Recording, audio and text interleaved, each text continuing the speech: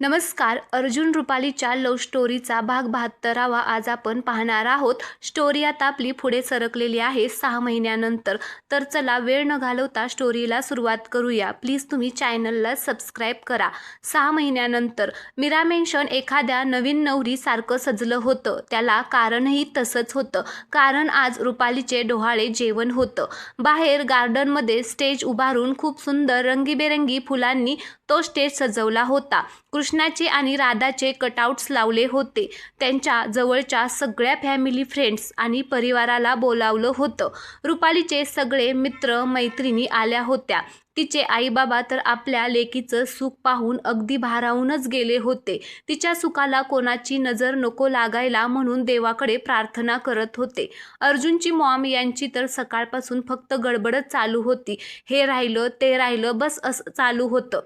त्यांना काय करू नि काय नको असं झालं होतं. त्यांनी रुपालीच्या आईबाबांना आदल्या दिवशीच बोलावून घेतलं होतं.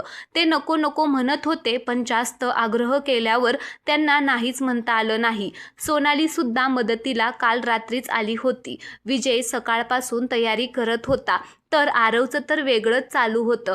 हे असं करू ते तसं करू नुसतं मधी चाललं होतं. थोडक्यात काय तर सगळेच खूप उत्साही होते, खूप आनंदित होते, खूप खुश होते. कोमल, अपर्णा आणि आकांक्षा रुपालीच्या रूममध्ये तिला तयार करत होत्या. हिरव्या साडीमध्ये आणि फुलांच्या ज्वेलरीमध्ये तिचं सौंदर्य अजूनच खुलत होतं. अर्जुन रूममध्ये येतो तसं तिच्या मैत्रिणी तिला चिडवून बाहेर निघून जातात. अर्जुन एकटक रुपालीलाच पाहत उभा होता. खूप सुंदर दिसत होती त्याची रुपाली. प्रेग्नेन्सीचा चांगलाच ग्लो आला होता तिला. शरीर थोडंसं भरलं होतं. गाल वर आले होते. पोटाचा घेर तर तिच्या उंचीला आणि तब्येतीला चांगला सूट होत होता. त्यात आज मेकअप आणि साडीमुळे अजूनच सुंदर दिसत होती. त्यात पांढऱ्या आणि गुलाबी फुलांच्या ज्वेलरीमध्ये तर काय सांगायलाच नको. एवढी उठून आणि ॲक्टिव्ह दिसत होती रुपाली. खरंच आज रुपाली खूप छान दिसत होती. खरंच इतकी सुंदर दिसत होती की अर्जुनला काय करावं आणि काय नाही असंच झालं होतं. अर्जुन कसा स्वतःवर ताबा ठेवून होता ना त्याचं त्यालाच माहिती.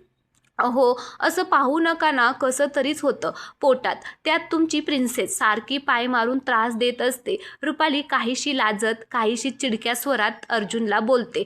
या दिवसात तिला तिच्या मूड स्विंगबद्दल काहीच कळत नव्हतं. तसं अर्जुन हसत तिला मिठीत घेतो आणि कपाळावरती ओठ टेकवतो. खूप सुंदर दिसत आहेस अर्जुन, रुपालीला बोलतो. तसं रुपाली लाजून त्याच्या मिठीत शिरते. अर्जुन तिला असं काही म्हणला की तिला खूपच कसं तरी होत होतं. आरव बोलवायला येतो दोघांना. तसं अर्जुन रुपालीला घेऊन बाहेर येतो. रुपाली आणि अर्जुनला स्टेजवर जाण्यासाठी खाली फुलांच्या पायघड्या तयार केल्या होत्या. सगळेच भान हरपून रुपालीला पाहत होते, कारण खरंच ती आज खूपच सुंदर दिसत होती. अर्जुन रुपालीला स्टेजवर घेऊन जातो आणि मग तिच्यासाठी सजवलेल्या झोक्यावरती तिला बसवतो. मग नंतर कार्यक्रमाला सुरुवात होते. खरंच खूप छान डेकोरेशन केलं होतं रुपालीच्या ओटी भरण्यासाठी. सगळेच जण खूप खुश होते. सर्वांना त्यांनी आमंत्रण सुद्धा दिलं होतं. मग बायका येऊन रुपालीला हळदी कुंकू लावून तिची ओटी भरतात. नंतर रुपालीच्या मैत्रिणीचं नाचगाणं होतं. आरव सुद्धा खूप नाचतो. पेढा आणि बर्फीच्या खेळामध्ये बर्फी निघते तेव्हा तर काय सांगायलाच नको. अर्जुन सुद्धा आरवला नाचण्यामध्ये साथ देतो, कारण सगळ्यांना मुलगीच हवी होती त्यांच्या घरात. रुपालीची आई तर सारखीच रुपालीची नजरच काढत होती. आपल्या मुलीला आनंदित पाहून त्या आईबापाला किती आनंद होत आहे याचं वर्णन शब्दात सांगणं अगदीच अशक्यच आहे. सगळा कार्यक्रम खूप छानपैकी पार पडतो. आता या 7 महिन्यामध्ये अर्जुनने रुपालीची खूप काळजी घेतली होती.